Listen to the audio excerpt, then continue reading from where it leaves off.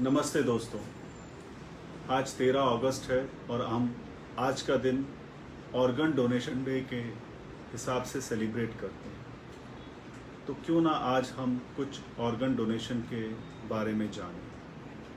आपको live related donation के बारे में मेरे सीनियर डॉक्टर पंकज शाह ने जानकारी दी है। मैं आपको organ donation day, organ donation के बारे में कुछ बताऊंगा। कुछ आप जानते होंगे organ donation day, organ donation के बारे में कुछ मैं आपको बताऊंगा। मैं एक किडनी स्पेशलिस्ट हूं, तो मैं किडनीज़ के बारे में आपको ज़्यादा जानकारी दूंगा, पर as far as organ donation is concern, जो प्रक्रिया किडनी डोनेशन के लिए है वही प्रक्रिया लिवर, हार्ट, पेनक्रियाज के लिए भी सेम है। इसीलिए मैं सारी समस्याएं और उपाय किडनी के हिसाब से बताऊंगा, पर ऑर्गन डोनेशन की प्रक्रिया सेम रहेगी। जब हम ऑर्गन डोनेशन की बात करते हैं तो एक इंसान 50 से भी ज़्यादा अपने टिश्यूज़ और ऑर्गन डोनेट कर सकता है। ऑर्गन की बात करें तो जैसा डॉक्टर पंकज शाह ने बताया कि हम कम से कम 8 जनों को हम जीवन दान दे सकते हैं, लेकिन अगर शरीर के टिश्यूज़ यूज़ करते हैं तो हम 50 से भी ज़्यादा लोगों की ज़िंदगी बेहतर कर सकते हैं। मैं आज अपने लेक्चर में ये बताऊंगा किडनी इतनी इम्पॉर्टेंट क्यों है, किडनी फेल क्यों होती है, किडनी फेल होने के कारण क्या हैं और उसके उपाय क्या हैं, और कौन सा ऑर्गन कब डोनेट कर सकते हैं। फिर आपको मैं कुछ जानकारी अपनी स्वास्थ्य, मतलब कि अपनी किडनीज, हार्ट और आपके स्वास्थ्य को ठीक करने के लिए भी कुछ जानकारी दूंगा। हम सामान्य तौर पर यही जानते हैं कि किडनीज यूरिन बनाती हैं, पर किडनीज बहुत सारा काम करती है। किडनी ब्लड को प्यूरिफाई करती है, वेस्ट प्रोडक्ट्स बाहर निकालती है। अधिक जो मात्रा में फ्लूइड होता है शरीर में, तो वो नियंत्रण, फ्लूइड का नियंत्रण रखती है। हमारे मिनरल्स यानी कि कैल्शियम, फास्फोरस, सोडियम, पोटेशियम को भी वो नियंत्रण करती है। अक्सर ये माना जाता है कि हार्ट ब्लड प्रेशर कंट्रोल करता है। नहीं, किडनीज हमारा ब्लड प्रेशर कंट्रोल करती है, और किडनीज इनफैक्ट हीमोग्लोबिन भी, किडनीज की मदद से ही हीमोग्लोबिन भी हमारा बनता है। और हमारी बोन्स को जो स्ट्रेंथन करती है, इनएक्टिव विटामिन डी को एक्टिव विटामिन डी भी हमारी किडनी ही करती है। हार्ट केवल ब्लड पंप करता है, ब्लड प्रेशर का नियंत्रण किडनी करती है। जैसा कि डॉक्टर पंकज शाह ने बताया कि किडनी के रोग 2 प्रकार के होते हैं, एक्यूट रीनल फेलियर और क्रोनिक रीनल फेलियर। जो एक्यूट रीनल फेलियर होते हैं वो बिना डायलिसिस के या कुछ डायलिसिस के बाद ठीक हो सकते हैं, लेकिन जो क्रोनिक रीनल फेलियर है, एक बार किसी किडनी के डॉक्टर या स्पेशलिस्ट ने बोल दिया कि इसकी किडनी परमानेंटली ख़राब है और ये ESRD स्टेज में आ गई है। ESRD मतलब एंड स्टेज रीनल डिजीज़। अगर किसी किडनी के स्पेशलिस्ट ने बोल दिया है कि ये ESRD के स्टेज पर आ गई है, तो उसके बाद उस पेशेंट को निर्णय लेना होता है कि मुझे सारी उम्र डायलिसिस कराना है या मुझे किडनी ट्रांसप्लांट कराना है। दोस्तों, ये किडनी फेल क्यों होती है? किडनी फेल होने के 2 मुख्य कारण हैं, डायबिटीज़ और ब्लड प्रेशर। और अगर इंसान या तो डायबिटीज़ या ब्लड प्रेशर होने ना दे, अगर कोई हो गए हैं और उसे कंट्रोल करें, तो मैं मानता हूँ 50 से 60% क्रोनिक किडनी फेलियर प्रिवेंटेबल है। कुल मिला के ब्लड प्रेशर और डायबिटीज़ करीब 80% किडनी फेलियर का कारण होती है। अब प्रॉब्लम क्या है कि किडनीज जब फेल होती हैं तब हमें पता ही नहीं चलता है, जब तक कि वो 90% फेल नहीं हो जाती। और अगर उससे पहले आपको जानना है तो कुछ टेस्ट कराने पड़ेंगे। वो टेस्ट होते हैं, ब्लड में सीरम क्रिएटिनिन, और आप यूरिन आरएम कराइए तो आपको पता चल जाए कि उसमें लाल कण आ रहे हैं या अल्बुमिन लीक तो नहीं हो रहा है। किडनी फेलियर होने के लक्षण क्या हैं? कोई एक लक्षण किडनी फेलियर संकेत नहीं करता है। आपको भूख ना लगना, पैरों में सूजन आना, खाना खाते से ही उल्टी हो जाना, शरीर में कमजोरी आ जाना, चलने में सांस चढ़ना, ये सारा अगर आपको होता है तो आपको किडनी फेलियर हो सकता है। प्रॉब्लम ये है कि 90% किडनी खराब होने से पहले हमें पता चलने वाला नहीं है। इसलिए अगर आप एक ESRD पेशेंट डायग्नोस कर लेते हैं तो उसके पीछे 4,500 और किडनी के पेशेंट हैं जो उस समय डायग्नोस नहीं होते। अब जैसा मैंने बताया आपको कि ESRD स्टेज आ जाती है। जब ESRD स्टेज आ जाती है तो 3 विकल्प रह जाते हैं, या तो हीमोडायलिसिस कराना, या CAPD कराना, या ट्रांसप्लांट कराना। दोस्तों, हीमोडायलिसिस एक अच्छी चीज़ है, जान बचाती है, पर सारी उम्र के लिए शायद ट्रांसप्लांट के मुकाबले वो इतनी अच्छी ज़िंदगी नहीं दे सकती है, और उसके खुद के कुछ नुकसान या गैर फायदे भी हैं, जैसे कि उसकी कीमत। हालांकि मैं जिस राज्य में हूँ वहाँ पे काफ़ी हद तक फ्री डायलिसिस होता है, पर अगर खुद के पैसे खर्च करने पड़ जाते हैं पेशेंट को तो करीब 20-25 हज़ार रुपये प्रति महीना खर्च होता है। यानी का तात्पर्य है कि अगर जनवरी से लेके दिसंबर तक डायलिसिस कराएंगे तो करीब 3.5 लाख रुपए आप अपने ऊपर खर्च करेंगे।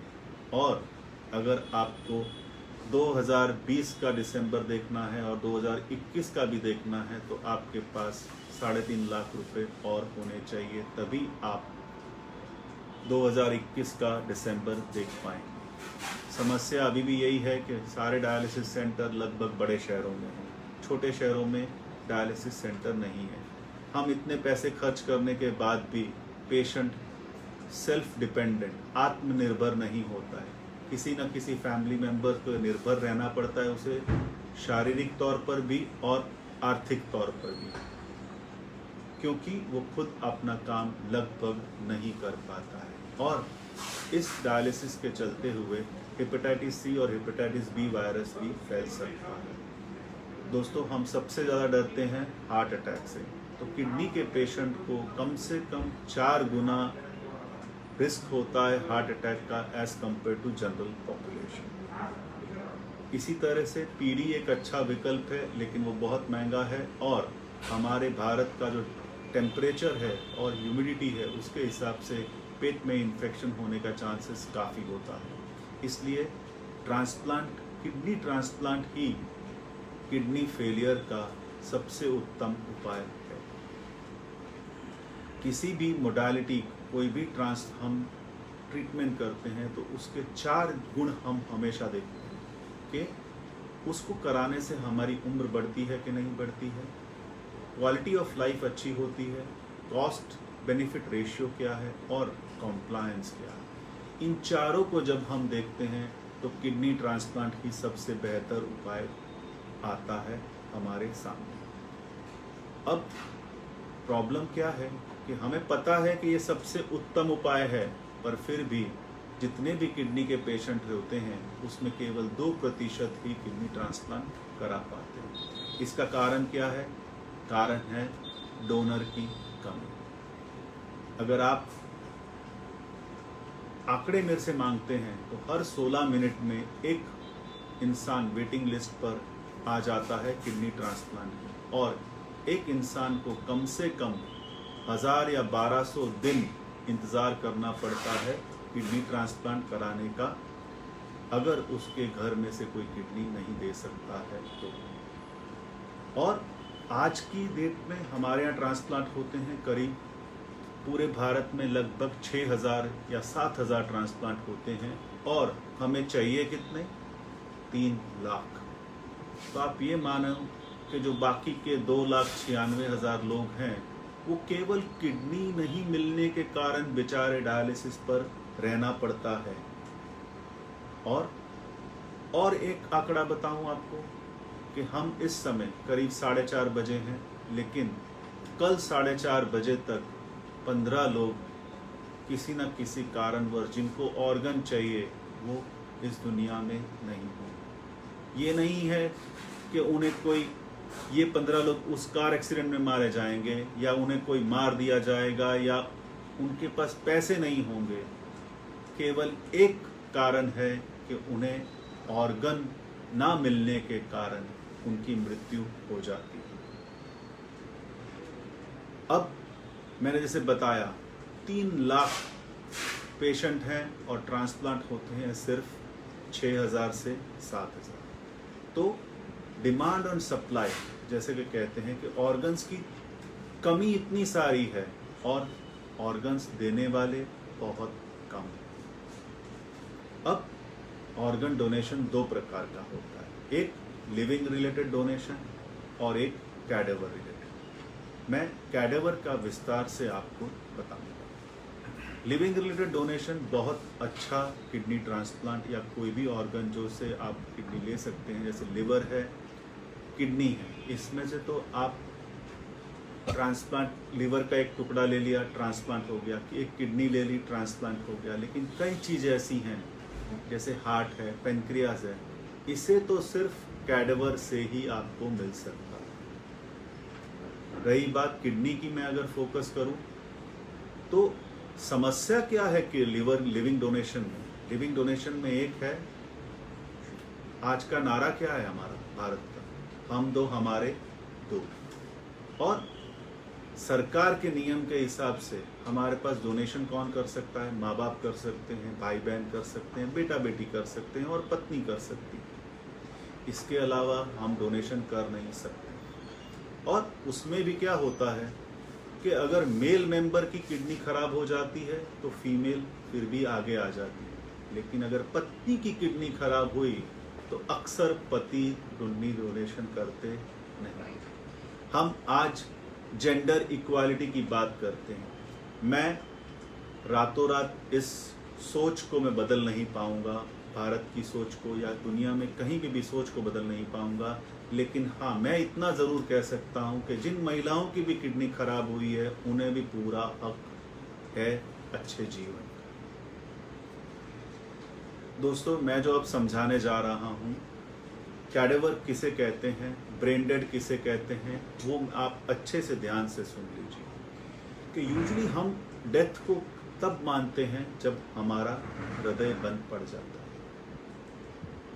लेकिन दोस्तों, और हमारी नर्व्स बंद हो जाती है और हृदय बंद हो जाता है, तब हम मान लेते हैं कि इंसान इस दुनिया में नहीं है। लेकिन एक और तरह से भी मृत्यु होती है जिसमें हृदय चलता रहता है पर इंसान का दिमाग नहीं चलता। दोस्तों, ये भगवान ने दिमाग ऐसी चीज़ बनाई है कि अगर आपको एक उंगली भी उठानी है तो उस जब तक वो संदेशा दिमाग से नहीं आता, हम एक उंगली उठाने के लायक भी होते नहीं। और जिसका ऐसी स्थिति आ जाती है कि जिसको इरिवर्सिबल ब्रेन डैमेज हो जाता है और उसका हृदय चल रहा होता है, कुछ घंटे या कुछ दिनों के बाद ये हृदय भी बंद पड़ने वाला है ही।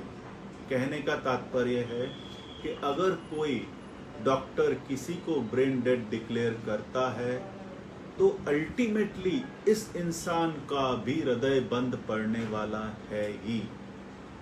और यही पीरियड है जहां आप किडनी डोनेशन या दूसरे ऑर्गन्स डोनेट कर सकते हो। क्यों? क्योंकि हृदय आपका चल रहा है, सभी ऑर्गन्स को पर्याप्त मात्रा में ऑक्सीजन मिल रहा है, तो वो जीवित हैं। एक बार हृदय बंद हो गया, उसके बाद केवल आप आंखें ही डोनेट कर सकते हो। सो ये कुछ पीरियड भगवान ने ये ब्रेन डेड पेशेंट्स में किसी को 2 घंटे का दिया होता है, from brain dead to cardiac death, किसी को 20 घंटे का, किसी को 4 दिन का। लेकिन हर इंसान जिसको एक डॉक्टर ब्रेन डेड डिक्लेयर कर देता है, अल्टीमेटली उसकी कार्डियक डेथ भी होने वाली है, उसका हृदय बंद पड़ने वाला ही है, उसकी नर्व्स बंद पड़ने वाली ही है। तो जिसको भी ये किडनी डोनेशन या कोई भी ऑर्गन डोनेशन करना है, वो इसी ब्रेन डेड पीरियड में, brain dead to cardiac death के पीरियड में ही वो डोनेशन कर सकता है। अब ये ब्रेन डेड होने के कारण क्या है? ब्रेन डेड होने के कारण है किसी को ट्यूमर हो जाना, रोड ट्रैफिक एक्सीडेंट। भारत में करीब करीब 1,47,000 लोगों की मृत्यु होती है रोड ट्रैफिक एक्सीडेंट में। कहने का तात्पर्य है हर 15 मिनट में एक इंसान का रोड ट्रैफिक एक्सीडेंट में मृत्यु होती है और करीब करीब 60 से 70% लोग ब्रेन डेड के थ्रू कार्डियक डेथ में जाते हैं। तो दोस्तों, हमें ये पीरियड जो ब्रेन डेड का है ये समझना है। और दूसरा है, किसी को नस फट जाने से भी ये सिचुएशन उत्पन्न हो जाती है या खून की कमी की वजह से भी ब्रेन डेड हो जाता है और हृदय चल रहा होता है। अब हम मानते हैं कि कब डोनेशन करना चाहिए। ये बहुत इंपॉर्टेंट पीरियड है from brain dead to cardiac death. एक बार अगर किसी फैमिली ने ये कन्विंस हो गए हैं कि हमें डोनेशन करना है, तो जितनी जल्दी हो सके, एक बार डॉक्टर ब्रेन डेड डिक्लेयर करता है तो जितनी जल्दी हो सके वो ऑर्गन्स डोनेट कर देने चाहिए। क्योंकि ब्रेन डेड में होने के बावजूद भी मतलब उसका हृदय चल रहा है, पर थोड़ा बहुत डैमेज तो ऑर्गन्स को होता ही है। और हमारा तात्पर्य क्या होता है? हमारा तात्पर्य है कि हम 8 जनों को नया जीवन दें और अच्छा जीवन दें। तो और हमारा ये उद्देश्य है कि ये जो ऑर्गन्स निकाले हैं वो किसी की बॉडी में जब डालें तो 100% काम करें। तो ये पीरियड निकालने का और डालने का कम से कम समय होना चाहिए। यूजुअली हम क्या करते हैं, एक तरफ से निकाल देते हैं और दूसरी तरफ से दूसरे टेबल पे हम इसको ओटी में हम डालना शुरू कर देते हैं। तो ये पीरियड बहुत कम रहता है। अब दूसरा सवाल आता है कि किस उम्र में ये डोनेशन हो सकता है। दोस्तों, सबसे छोटा 6 महीने का, अभी तो मेरे ख्याल से कुछ दिनों का बच्चे ने भी किडनी और अपने ऑर्गन्स डोनेट किए थे और ये ऑलमोस्ट 80 साल तक हम डोनेशन कर सकते हैं। तो कहने का तात्पर्य है, as as far as cadaveric kidney donation या organ is concern, as is no bar. हम भारत में आज हर जगह हम अपना झंडा गाड़े हुए हैं, लेकिन ऑर्गन डोनेशन में हम सबसे नीचे। हमारा रेट बहुत कम है। हमारा रेट करीब अभी भी 0.1 पर मिलियन पॉपुलेशन ही है। अगर हम इसे 1 पर मिलियन पॉपुलेशन यानी कि 10 लाख लोगों में, 10 लाख की जनता में अगर एक भी किडनी या ऑर्गन्स डोनेशन करने को तैयार हो जाता है, तो हमें अपने परिवार वालों से किडनी या ऑर्गन्स मांगने की ज़रूरत नहीं। तो हमारा लक्ष्य क्या है? 0.1 से 1 पर मिलियन जाना। पर दोस्तों, कहना आसान है, करना थोड़ा कठिन है। बहुत सारे अड़चने हैं इसमें। मैं सारी अड़चन पे बात नहीं कर सकता हूँ, ना ही आप उसकी समस्या का हल बन सकते हैं। लेकिन हम 2 चीज़ों पे मुख्य तौर पे बात करेंगे। एक, लैक ऑफ अवेयरनेस।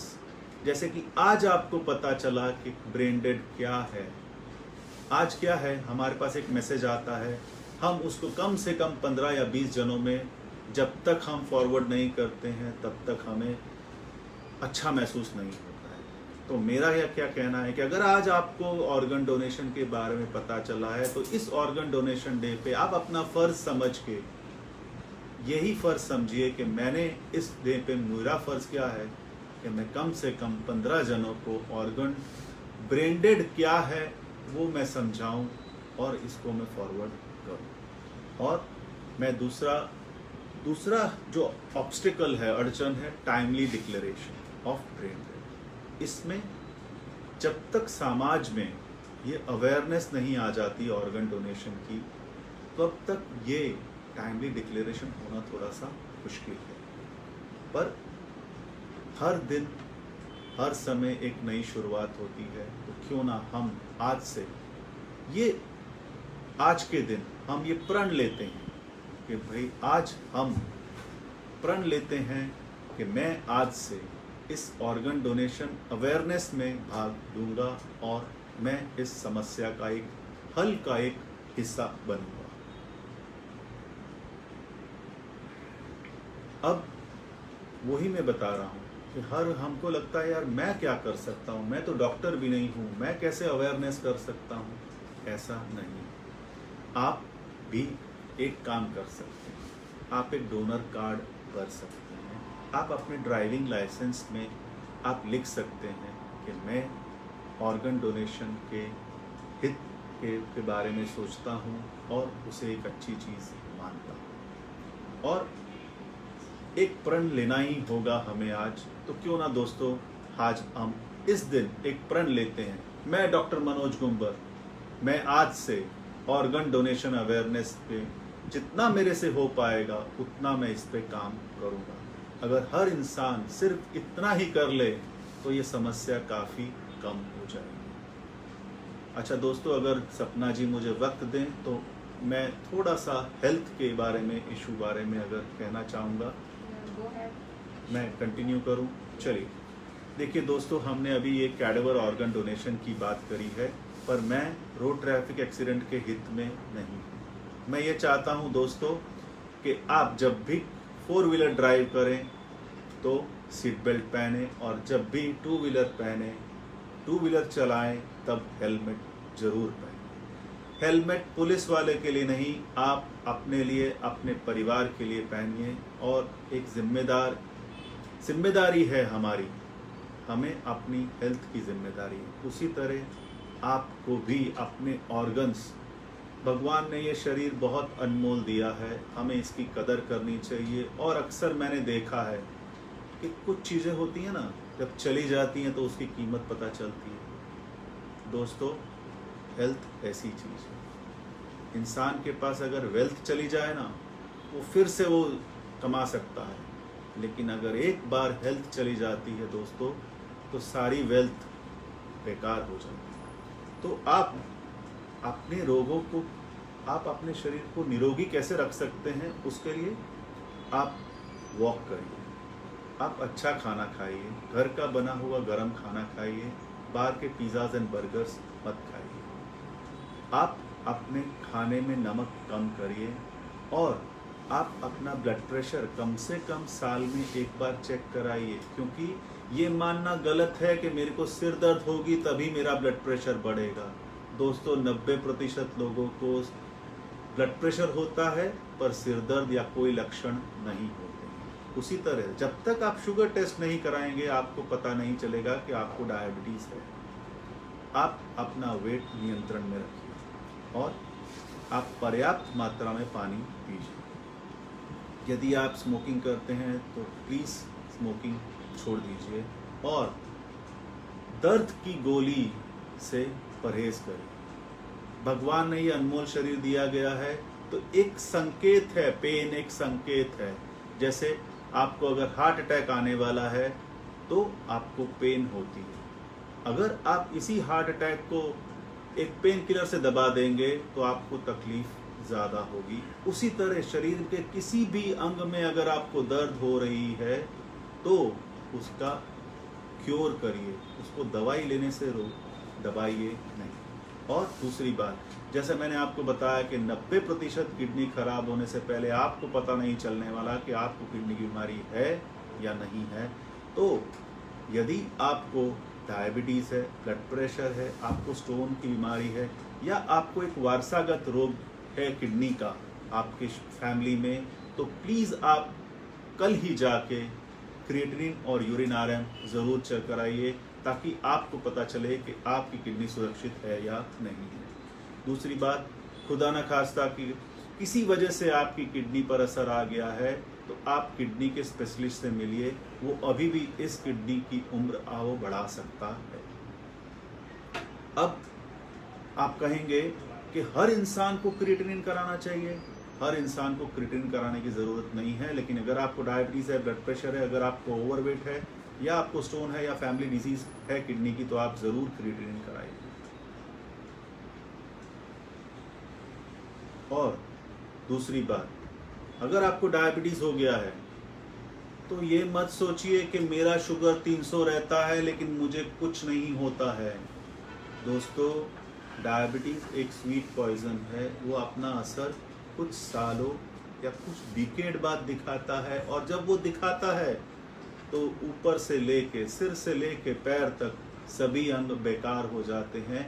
इसीलिए अगर आपको डायबिटीज़ है तो जब तक आपके अंग अच्छे हैं, जब आपके अंग अच्छे हैं तब आप उसे कंट्रोल करिए, तभी आप सभी अंगों को स्वस्थ रख पाएंगे। दोस्तों, आप केवल दवाइयों पर निर्भर मत रहिए। अपना ब्लड प्रेशर जरूर कंट्रोल करना है, दवाई डॉक्टर के हिसाब से ही लेनी है, लेकिन साथ में आपको नमक की मात्रा कम करनी है, एक्सरसाइज करना है, योगा करना है और स्ट्रेस कम करना है और अपना वजन नियंत्रण करना है। दोस्तों, जहाँ पे भी हैं आप अपने घर सुरक्षित जाइए और हेलमेट और सीट बेल्ट लगा के जाइए। और एक टेक होम मैसेज ज़रूर देना चाहूँगा मैं, health is wealth, prevention is better than cure. हाँ, इस समय prevention is better than cure कोविड-19 से अच्छा एग्जाम्पल नहीं। दोस्तों, ये मत मानो कि अभी तक 6 महीने हो गए हैं और मुझे कोरोना नहीं हुआ है तो मुझे नहीं होने वाला है, ऐसा मान के निवारक के सारे उपायों बंद कर दो। ऐसा नहीं करना। आपको अभी भी सोशल डिस्टेंसिंग मेंटेन करनी है, मास्क पहनना है, एक दूसरे से हाथ नहीं मिलाने हैं, एक दूसरे को नमस्ते। हमारे ट्रेडिशंस बहुत अच्छे हैं, उसका हमें हमारी परंपरा, हर चीज़ में अगर हमारी परंपरा अगर हम बरकरार रखते हैं तो कोरोना से हम लड़ सकते हैं। इसके बारे में डिटेल में नहीं कर पाऊँगा, पर एक बात याद रखिए, जो काम आपके पापा मम्मा और दादा दादी करते थे, अगर वही सब काम आप करने लग जाएंगे तो कोरोना नहीं, आप सभी बीमारियों को दूर भगा देंगे। नमस्ते दोस्तों, शुक्रिया, थैंक यू। Very good.